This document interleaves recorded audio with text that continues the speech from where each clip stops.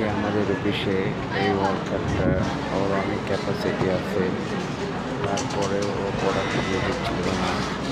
ও মিনিটে 1 পিস করতে পারে, কিন্তু ঘন্টায় প্রোডাকশন দিচ্ছিল 30 পিস 35 পিস। তারপরে আমি যখন টাইমিং ভিডিও করি দেখলাম যে ওর প্রতি মিনিটে 1 পিস বডি হয়। এরপরে আমি আমার বসকে জানালাম, বস ওর সাথে কথা বললো।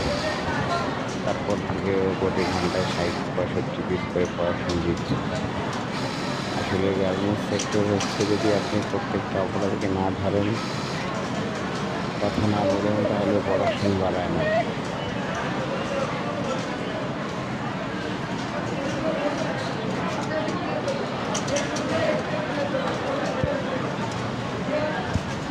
লোড নেবে কেটা অলরেডি